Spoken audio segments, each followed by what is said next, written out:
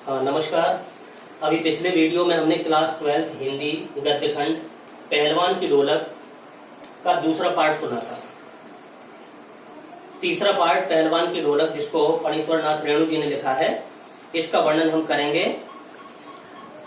पिछले पार्ट में आपने देखा था कि वो पहलवान सभी को परास्त कर दिया उस लुट्टन सिंह ने और राजा के दरबार में रहने लगा। राजा ने अपने दरबार में उसको रख लिया।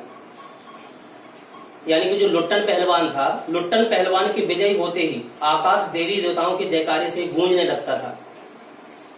लुट्टन ढोलकों को प्रणाम किया करता था और जब उसने चांद सिंह को हरा दिया तो राजा ने उसको पुरस्कृत किया और अपने यहाँ राज पहलवान की हैसियत से उसको रख लिया था।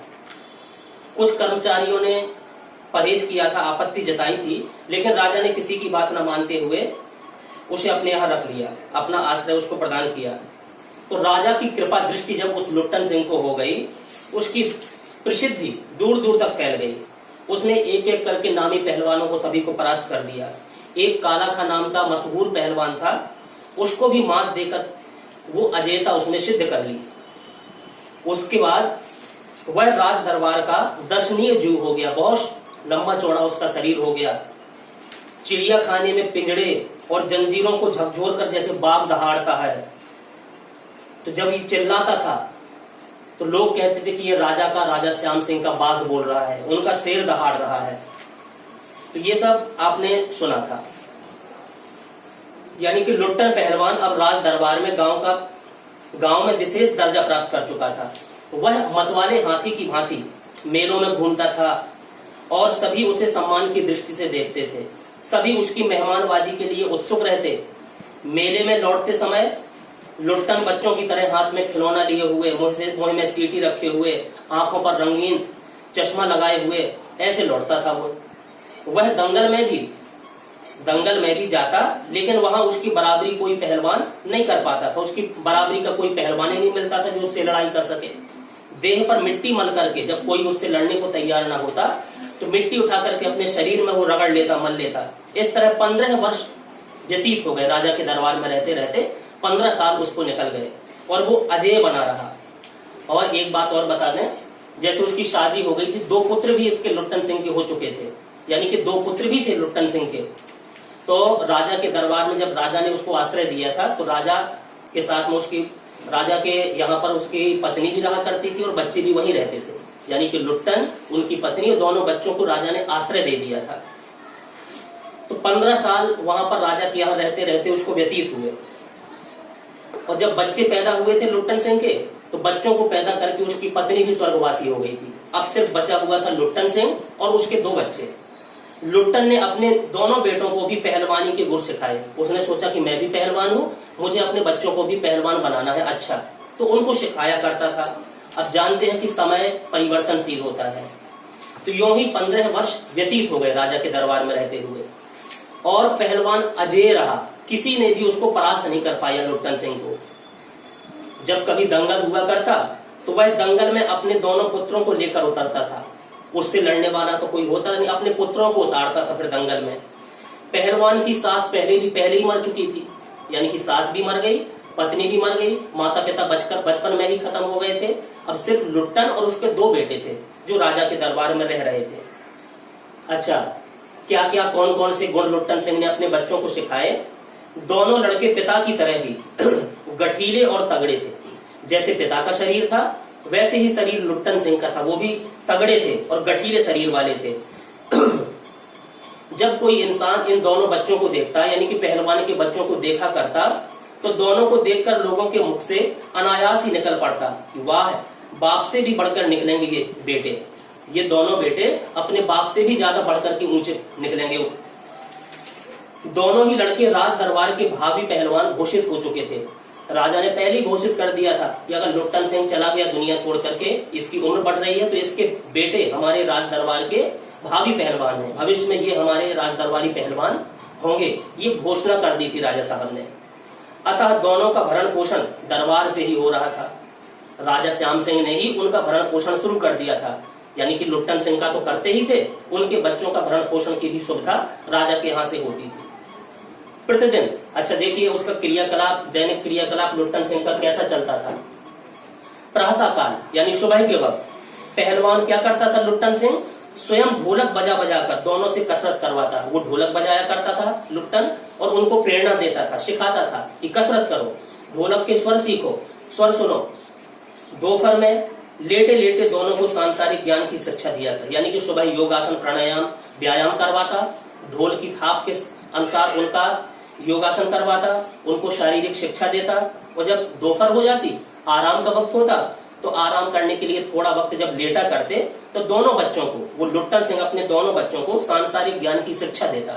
संसार में कैसे रहना है, संसार में किस प्रकार के लोग रहते हैं, हमने कौन कौन सी विपत्तियां झेली हैं, ये सब जो सांसारिक नियम थे इनकी शिक्षा दिया करता। समझे, समझाता था अपने बच्चों को, और अपने बच्चों को समझाया करता कि ढोलक की आवाज पर पूरा ध्यान करना, पूरा ध्यान देना है तुम्हें ढोलक की आवाज पर। हाँ, मेरा गुरु कोई पहलवान नहीं था, मैंने किसी को अपना गुरु नहीं बनाया। बड़े बड़े जो नामी पहलवान हैं वो तो किसी ना किसी गुरु के शिष्य रहे हैं, लेकिन मुझे कोई गुरु ही नहीं मिला। बचपन में मुझे मेरे माता पिता खत्म हो गए, सास को लोग सताते थे, मेरा भरण पोषण सास के यहाँ हुआ, यानी कि मेरा कोई सहयोग करने वाला विशेष नहीं रहा, तो मेरा कोई गुरु भी नहीं बना। तो मैंने अपना गुरु अपने ढोलक को मान लिया कि ढोलक के स्वर के अनुसार मैं लड़ाई करूंगा। तो ढोलक को अपना गुरु मानना, यानी कि ढोलक की जो आवाज निकले उस पर पूरा ध्यान देना। मेरा कोई गुरु पहलवान नहीं, यही ढोल है। समझे, अपने बच्चों को वो समझाया करता कि मेरा गुरु कोई और नहीं रहा, मेरे गुरु सिर्फ यही ढोलक है। ढोल की आवाज के प्रताप से ही मैं पहलवान हुआ, इन ढोल के आवाज के प्रताप से ही मैं पहलवान हुआ। जंगल में उतरकर सबसे पहले, जब कभी अगर दंगल में तुम्हें उतरना पड़े, लड़ाई कुश्ती के लिए अखाड़े में पहुंचना पड़े, तो सबसे पहले क्या करना, तुम्हें ढोलकों को प्रणाम करना, जो ढोल बजते हैं उनको प्रणाम करना। समझे, ऐसी बहुत सारे सांसारिक ज्ञान उनको दिया करता था। ऐसी ही बहुत सी बातें वह कहा करता था अपने बच्चों से। फिर मालिक को कैसे खुश रखा जाता है, मालिक को, जिसके यहाँ तुम काम कर रहे हो, जिसके यहाँ रह रहे, जिसने हमें आश्रय दिया, जिसने हमें सहारा दिया, अपने मालिक को भी खुश रखना ये भी तुम्हारा कर्तव्य है। कैसे खुश रखा जा सकता है, कब कैसा व्यवहार हमें कैसा करना चाहिए किसके साथ, इन सभी आदि की शिक्षा वह नित्य अपने बच्चों को दिया करता था। किंतु अब देखिए समय परिवर्तित होता है, समय कोई नहीं जानता कब कैसी स्थिति आ जाए, किंतु उसकी शिक्षा दीक्षा, जब बच्चों को वो शिक्षा दिया करता था, शिक्षा दीक्षा सब किए कराए पर एक दिन पानी फिर गया, पूरी शिक्षा दीक्षा पर पानी फिर गया। आखिर ऐसी कौन सी घटना घटित हुई। वृद्ध राजा जो श्याम सिंह थे, जिन्होंने श्याम नगरी को बसाया था, जिन्होंने उसको आश्रय दिया था, वो श्याम सिंह राजा स्वर्ग सिधार गए, खत्म हो गए। अब देखिए कहानी का दूसरा रूप बदलता है। जब राजा श्याम सिंह खत्म हो गए, तो नया राजकुमार जो विलायत में पढ़ने के लिए गया हुआ था, तो वो आ गया। पिता की मृत्यु का समाचार सुन के उसको बुलवाया गया। तो राजकुमार ने विलायत से आते ही राज्य को, कि हमारे पिता थे, अब हम राज करेंगे, राज सिंहासन पर अब हमारा अधिकार है, हम बैठेंगे। तो जहां से वो राजकुमार अब सिंहासन पर बैठा, विलायत से आते ही राज्य को अपने हाथ में उसने ले लिया। राजा साहब के समय शिथिलता आ गई थी थोड़ी। अब वृद्ध राजा थे, कमजोर हो गए थे, थोड़ी राजकाज में भी शिथिलता से कार्य हो रहा था। तो जहां से राजकुमार आया, ये नवयुवक था, जोश था, इसमें उत्साह था, तो राजकुमार के आते ही वो सब शिथिलता सब दूर हो गई। बहुत से परिवर्तन उसने अपने राज्य में कर दिए, बहुत सारे परिवर्तन ला दिए। उन्हीं परिवर्तनों की चपेटाघात में पहलवान भी आ गया। अच्छा, ये भी पहलवान भी उसकी चपेट में आ गया। जो बहुत सारे परिवर्तन किए, उस परिवर्तन में ये पहलवानी, ये कसरत, ये अखाड़े, ये दंगल लड़ाना, ये भी चपेट में आ गया। उन्होंने कहा आज से हमारे दरबार में, हमारे राज्य में कोई भी दंगल नहीं होगा। इनके स्थान पर मेले का तो हम आयोजन करेंगे, लेकिन कोई दंगल नहीं हुआ करेगा। दंगल के स्थान घोड़े की रेस ने ले लिया। घोड़े की रेस हुआ करती थी, अब रेस होने लगी। अब बेचारे वो पहलवान क्या करें जो यही कार्य करते थे। पहलवान तथा दोनों भावी पहलवानों की दैनिक भोजन व्यय सुनते ही राजकुमार ने कहा, अब देखा कि अच्छा जो हमारे यहाँ जो लुट्टन पहलवान रहते हैं, इनके 2 बेटे रहते हैं, इनके खाने खर्चे में कितना खर्चा आता है। जब उनका खर्चा सुना मंत्रियों के द्वारा, तो बोला राजकुमार टेरिबल। नए मैनेजर साहब ने कहा हॉरिबल। मैनेजर साहब पुराना भी बदल गया था, नया मैनेजर भी इसने रख लिया। तो क्या हुआ आगे, पहलवान को साफ जवाब मिल गया। नया राजा बना जो राजकुमार, उसने साफ जवाब दे दिया कि अब राज दरबार में उसकी आवश्यकता नहीं है, हमें कसरतें करवाना नहीं है, हमें अखाड़े दंगल करवाना नहीं है, इसलिए अब आपकी कोई आवश्यकता नहीं हमारे दरबार में। उसको गिड़गिड़ाने का भी मौका नहीं दिया गया, बिल्कुल साफ एक टूक जवाब, उसने 2 टूक जवाब दे दिया और उसने कहा कि अब आपकी हमारे दरबार में कोई आवश्यकता नहीं, कृपया अपने घर जाइए। तो जब लुट्टन को ऐसा जवाब मिल गया राजकुमार की तरफ से, तो बेचारा क्या करता। उसी दिन वह ढोलक कंधे से लटकाकर, जिनको अपना गुरु समझता था ढोलों को, अपने ढोलों को उठाया उसने और अपने कंधे से लटकाया और अपने दोनों पुत्रों को साथ लिया और अपने गांव लौट आया। जो उसका पैतृक गांव होगा उस गांव में वो पहुंच गया और वहीं रहने लगा। गांव के एक छोर पर, अच्छा ये बाहर था माता पिता पहले, तो इसकी जमीन जायदाद भी लोगों ने हड़प ली थी, यानी कि इसके पास अब कुछ नहीं बचा था। तो जैसे तैसे कुछ लोगों ने सहानुभूति दर्शाई लुट्टन पर, तो गांव के एक छोर पर, बिल्कुल गांव के किनारे जहां गांव की सीमा समाप्त होती थी, गांव वालों ने एक झोपड़ी बांध दी कि चल भैया तेरा कुछ नहीं है अब यहाँ पर, इस झोपड़ी में तू बना रहे जब तक है। एक झोपड़ी में उसको आश्रय दे दिया गांव में। तो वो क्या करता लुट्टन, अब वहीं रहकर वह गांव के नौजवानों को ने कहा कि अब हम यहाँ आ गए, कोई कार्य तो हमारा होना नहीं, अब हमारे पेट के लिए कुछ ना कुछ तो करना पड़ेगा, अब कौन सा कार्य करें। तो उसने एक रूपरेखा बनाई। गांव के नौजवान, जो नौजवान लड़के थे, जो चरवाहे गाय भैंस जानवरों को चराया करते थे, उनको कुश्ती सिखाने लगा। ये कार्य उसने वहां पर अपनाया। खाने पीने का खर्च, जब इतना क्रियाकलाप उनको शिक्षा दीक्षा पहलवानी की शिक्षा दिया करता, तो गांव वालों ने सबने सोचा कि भाई हमारे बच्चों के साथ ये कर रहा है तो हमें भी कुछ इसके खाने का प्रबंध कर देना चाहिए। तो गांव वालों की ओर से बंधा हुआ था उसके खाने पीने का खर्च बांध दिया गया। वो सिखाता उनके बच्चों को, वो खाने पीने की उसकी व्यवस्था कर दिया करते। सुबह शाम वह स्वयं ढोल बजाकर अपने शिष्यों और पुत्रों को दांव पैच वगैरह सिखाया करता, सुबह के वक्त और शाम के वक्त, यानी कि दोनों टाइम। जो उसके शिष्य बन गए थे गांव के बच्चे, नौजवान बच्चे, और उसके स्वयं के 2 बच्चे, उनको सिखाया करता दांव पैच। अच्छा, गांव के किसान और खेतिहर मजदूर के बच्चे भला क्या खाकर कुश्ती करते। जानते हैं कि कुछ मेहनत करना है तो शरीर में पहले पौष्टिक आहार पहुंचना चाहिए। अब गांव में क्या रखा, उनके पास इतना धन दौलत था ही नहीं, इतना पैसा नहीं था। तो गांव के किसान और खेत में काम करने वाले मजदूरों के बच्चे भला क्या खाकर कुश्ती करते, कोई उनको पौष्टिक आहार खाने के लिए नहीं मिलता था। तो धीरे धीरे क्या होता है, धीरे धीरे पहलवान का स्कूल भी खाली पड़ने लगा। अब धीरे धीरे बच्चों की संख्या भी उस स्कूल में कम होने लगी जहां ये सिखाया करता था पहलवानी। तो अंत में गांव का एक भी बच्चा अब सीखने के लिए नहीं आता था। अब सीखने के लिए कौन बचा, सिर्फ उसी के बच्चे, उसी के दोनों बच्चे। अंत में उसने क्या किया, अंत में अपने पुत्रों को ही वह ढोलक बजा बजा कर लड़ाता रहा, दोनों पुत्रों को लड़ाता रहा और सिखाता रहा पहलवानी के गुण। दोनों लड़के क्या करते, अब जब कोई गांव का कोई बच्चा सीखने के लिए नहीं आता तो गांव वालों ने भी उसके खाने पीने का प्रबंध जो किया था वो भी अलग कर दिया। अब कहीं नहीं, अब तो लुट्टन ने सोचा कि अब क्या किया जाए, अब तो पेट भरना मुश्किल है। तो दोनों बच्चों को वो सुबह शाम शिक्षा दिया करता। दिन में वो बच्चे क्या किया करते, दिन में दोनों बच्चे दिन भर मजदूरी करते, कहीं किसी के यहाँ कोई कार्य कर लिया, किसी कोई के यहाँ कुछ कर लिया, तो दोनों बच्चे दिन भर मजदूरी करते और जो कुछ भी कमा करके लाते थे दिन भर में, उसी से बस उन तीनों प्राणियों का गुजारा चलता था। ये उनकी अब स्थिति बन गई दोनों की। अकस्मात, अब देखिए समय का परिवर्तन कैसा होता है। अकस्मात गांव पर यह वज्रपात हुआ, जैसे कोई वज्र गिर गया हो, जैसे कोई आघात लग गया हो। पहले अनावृष्टि यानी कि पानी नहीं बरसा, बिल्कुल पानी नहीं बरसा, सूखे जैसी स्थिति आ गई, जैसे पाठ में पहले वर्णित था कि महामारी फैल गई थी, अकाल की स्थिति आ गई थी, मलेरिया हैजा से गांव पीड़ित था। तो पहले तो अनावृष्टि, पानी भी नहीं बढ़ता, पानी कुछ नहीं बरसा, और फिर जब पानी नहीं बरसा तो सूखे की स्थिति आ गई गांव में, अन्न की कमी, कोई फसल नहीं उपजती थी गांव में। तब मलेरिया और हैजे ने मिलकर गांव को भूनना शुरू कर दिया। पहले महामारी बहुत चलती थी, तो मलेरिया और हैजा जैसी महामारी उस गांव में फिर से फैल गई जो पहले फैली हुई थी। तो गांव प्रायः सूना हो चला था। अब हैजा से, मलेरिया से रोज कोई ना कोई व्यक्ति किसी न किसी घर में मर जाता था। घर के घर खाली पड़ रहे थे, रोज कोई ना कोई घर से कोई सदस्य मर रहा था। 2-3 लाशें उठने लगी रोज की। अब छोटा सा गांव और 2-3 व्यक्ति रोजाना मर जाते थे उस गांव में, ये स्थिति गांव में आ गई। अब लोगों में खलबली मच गई थी, खलबली मच गई कि भाई कैसी महामारी आई, अब तो हमारा गांव का गांव ये साफ हो रहा है।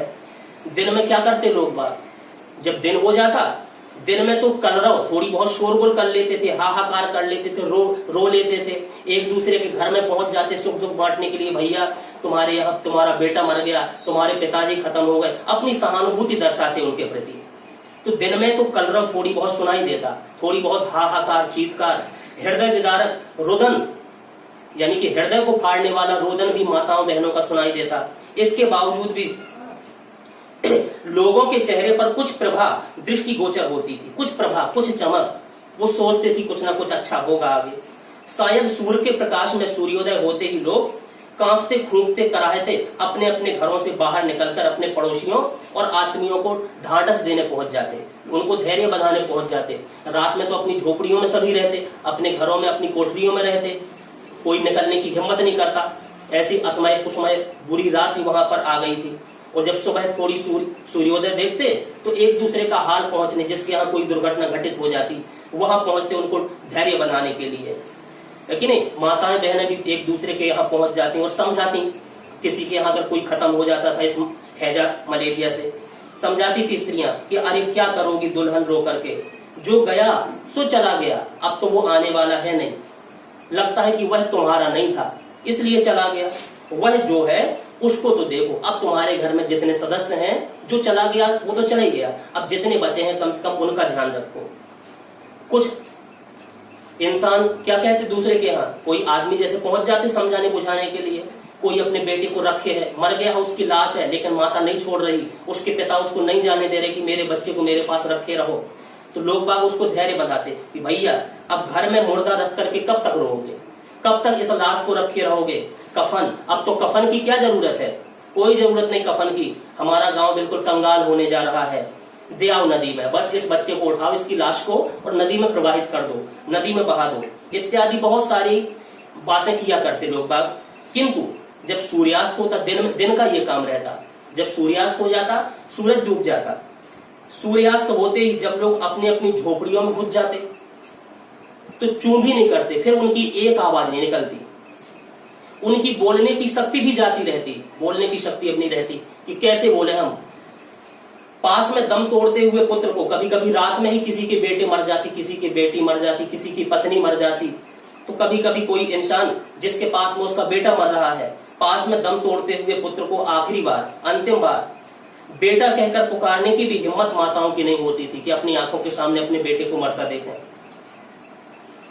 तो ऐसी विभीषिका भरी रात्रि में, ऐसी कठिनाई भरी रात्रि में, रात्रि की विभीषिका को सिर्फ पहलवान की ढोलक ही ललकार कर चुनौती देती रहती है। यानी कि सूर्यास्त से लेकर के सूर्योदय तक लगातार रात्रि भर उस पहलवान की ढोलक बजा करती थी, वो ढोल बजाता रहता। जब कभी कानों तक उस ढोल की आवाज पहुंच जाती तो मरे हुए गांव में, मरते हुए लोगों में थोड़ी देर के लिए जैसे संजीवनी प्रवाहित हो गई हो, कुछ चमक उनके हृदय में आ गई हो, उनकी आंखों में। तो सिर्फ पहलवान की ढोलक ही चुनौती देती रहती। पहलवान संध्या से सुबह तक चाहे जिस ख्याल से ढोलक बजाता हो, चाहे जो कुछ सोच करके वो ढोलक बजाता हो, किंतु गांव के अर्धमृत, आधे मरे हुए, लगता था कि अब सुबह तक ये मर जाएगा, आधा मरा हुआ अर्धमृत व्यक्ति अगर ढोलक सुनता, औषधि उपचार, पथ्य विहीन प्राणी जिनकी औषधियां चल रही हैं, उपचार चल रहा है, किसी को पथ्य मिल रहा है, जो कुछ थोड़ी बहुत स्वस्थ व्यक्ति बचे हुए हैं, वो सभी कानों से अपनी ये ढोलक की आवाज सुन करके उनमें संजीवनी शक्ति थोड़ी देर के लिए जरूर भर जाती। बूढ़े, बच्चे, जवानों की शक्तिहीन आंखों के सामने जब ढोलक की आवाज सुनता, अब उस समय तक ये दंगल वगैरह समाप्त हो रहे थे धीरे धीरे, जैसे आज के समय में तो बिल्कुल ये पुरानी परपाटियां बिल्कुल समाप्त हो गई। तो जो पुराने लोग थे, बूढ़े, बच्चे, जवान, जब कभी ढोलक की आवाज सुनते तो उनके आंखों के सामने दंगल के दृश्य सामने आ जाते कि सामने जैसे दंगल अखाड़ा लगा हो, पहलवान कुश्ती कर रहे हो, वो दंगल का दृश्य उनकी आंखों के सामने आ जाता, सोचने लगते, वो दृश्य नाचने लगता उनकी आंखों के सामने। स्पंदन शक्ति शून्य स्नायुओं में भी बिजली दौड़ जाती, स्पंदन शून्य, यानी कि जो नसें, नाड़ियां, वेन्स और ये आर्टरीज जो उनके शरीर की थी, उनमें भी खून का प्रवाह जैसे तीव्रता से प्रवाहित होने लगा हो, उनमें स्पंदन होने लगा हो, हलचल होने लगी हो, ऐसी बिजली से दौड़ जाती थी कि हम भी समझो हमारे सामने ये दंगल लग रहा हो। अवश्य ही ढोलक की आवाज में, अच्छा ढोलक की आवाज में थोड़ी देर के लिए संजीवनी शक्ति थी कि लोग बागों में कुछ संजीवनी शक्ति जैसे भर गई हो, लेकिन ना तो उस ढोल में बुखार हटाने की कोई दवा थी, ना गुण था, ना कोई उसमें औषधि थी, और ना महामारी की सर्वनाश शक्ति को रोकने की शक्ति ही थी। पर इसमें संदेह नहीं कि मरते हुए, देखिए एक विशेष बात, अच्छा ढोल बज रहा है, ना वो बुखार को दूर कर देगा, ना वो हैजा को दूर कर देगा। अगर कोई व्यक्ति मर रहा है, ना उसकी मृत्यु को रोक लेगा, लेकिन थोड़े देर के लिए मरते हुए प्राणियों की आंखें मूंदते समय, अब जानते हैं कि मरते वक्त कितनी तकलीफ होती है इंसान को, प्राणियों को, तो मरते वक्त आंखें मूंदते वक्त कोई भी तकलीफ इंसान को नहीं होती थी। ढोल की आवाज में ही वो अपना ध्यान लगाए रहता, मृत्यु से वे डरते नहीं थे, मृत्यु से नहीं डरते थे। अच्छा अब देखिए एक घटना और घटित होती है, तो पूरा गांव इस हैजा और मलेरिया की चपेट में आ गया। तो इस हैजा मलेरिया की चपेट से अब इसका यानी कि पहलवान की ढोलक जो पाठ लिखा है, ये लुट्टन सिंह, इसका घर भी चपेट में आने वाला है। अब जिस दिन पहलवान के दोनों बेटे क्रूर काल की चपेटाघात में पड़े, उन्हें भी मलेरिया और हैजा ने घेर लिया, लुट्टन सिंह पहलवान के बेटों को। तो असह्य वेदना, भयंकर वेदना, कोई औषधि दवाई चल नहीं रही थी, तो मलेरिया हैजा से और प्रकार के जो रोग उनको पैदा हुए, उसकी असह्य वेदना, इतनी असहनीय वेदना दोनों बच्चों को लुट्टन की हो रही थी कि वो छटपटा रहे थे, जमीन में पड़े हुए छटपटा रहे थे। दोनों ने कहा कि बाबा लगता है कि अब हम बचेंगे नहीं, आखिरी वक्त शायद आ गया है, और जो हमेशा पूरी जिंदगी भर तुम हम लोगों को जो वो ढोलक वाला वो वाला स्वर बजाते रहते थे, कृपया एक बार वही स्वर फिर से बजा दो। तो बाबा उठा पटक दो वाला ताल बजाओ, उठा पटक दो वाला अपनी ढोल से ये ताल बजा करके हम लोगों को सुना दो। तो बच्चों की जानी लुट्टन भी समझ गया कि सुबह तक हो सकता हमारे बच्चे बचे ना, तो उसने भी बच्चों की इच्छा जानते हुए उन्होंने कहा कि जैसी तुम्हारी इच्छा हो रही बेटा वैसा हम कार्य कर रहे हैं।